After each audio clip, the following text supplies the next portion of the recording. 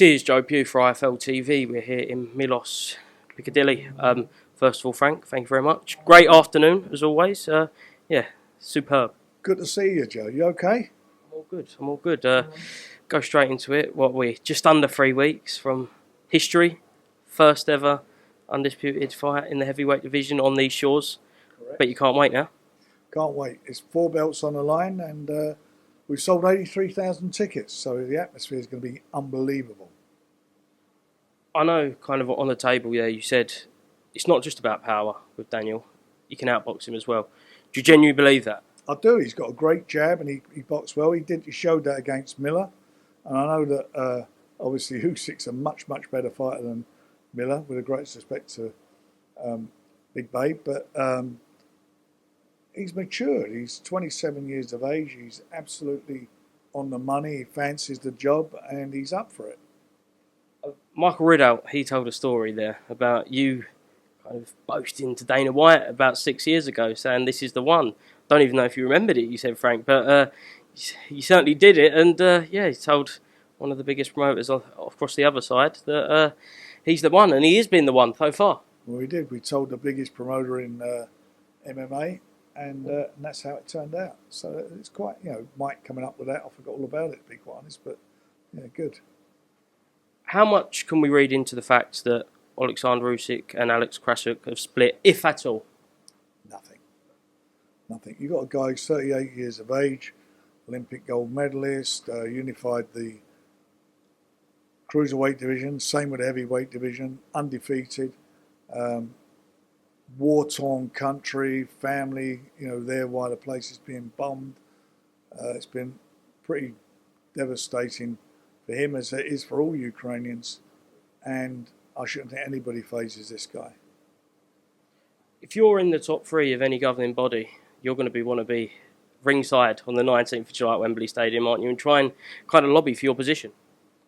Yeah, I mean, look, the 4 belts are going to be on the line, as we know, and there'll be a winner, and there'll be the WBO have already said that the winner has to defend against their interim champion, who's Joe Parker, and there you go. So it's going to be a really intriguing and interesting situation. But one thing's for sure, after the 19th, which will be a great fight, you've got many other great fights being put together from guys who are really vying to basically win those 4 belts.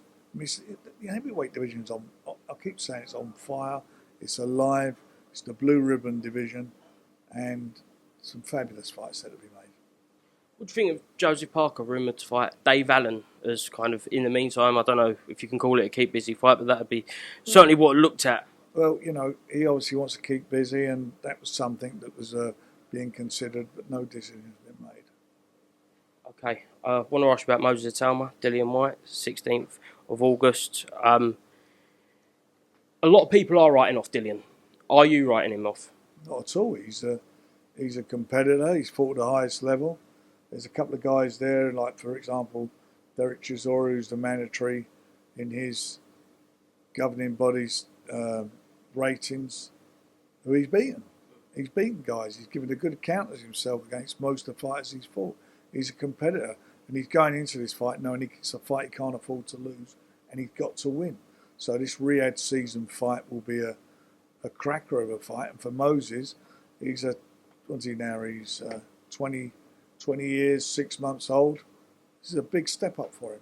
We're going to see what he's about. Is Moses going to old man? Is Dillian going to old man him and take him into the latter stages of the fights and see what he's all about? We will see.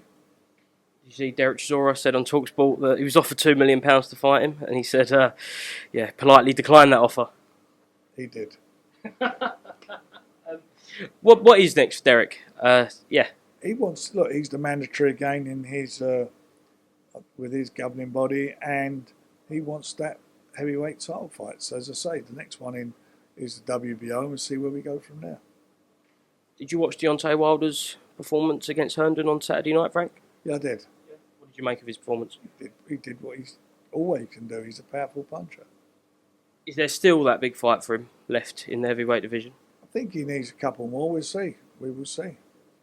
Him and Anthony Joshua, I know it's been spoken about, but could that finally happen? I've got no idea. You've got to speak to their respective promoters on that. Do you think that'd be a good fight for the heavyweight division, though? Has it still got value? I think the heavyweight division is so lively at the moment. All these fights are meaningful fights. Fabio Wley, the dust has settled finally since that unbelievable night at Portman Road. Has there been any conversations with him thus far? No, I've left him alone. Him and his partner got a new daughter, and they're doing what they got to do, and as being parents to newborn, enjoying the moment. So not for me to get involved with that. He'll be out sometime in the autumn. When he's ready, we'll sit down and talk to him and his management and go from there. But he's again in a great position. He's WBA and he's number one. I don't know if you saw last week, Frank, we done an interview with Alois Jr. Alois. He had some choice words to say about Vidal Riley. What did you make of those? It's a great fight. I'd like to see that fight. You know, two really good, high quality fighters in the ring together. We've tried to make it, and it's been pretty negative. But who knows? We keep trying, and we'll see if we can get it over the line.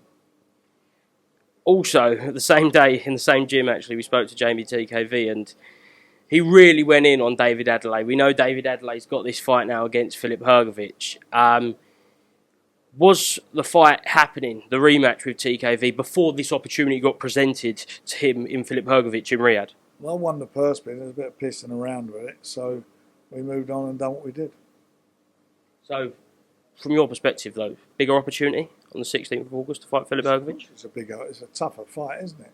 You know, David's gone right into the lion's den taking Hrgovic. Hrgovic is a good fighter.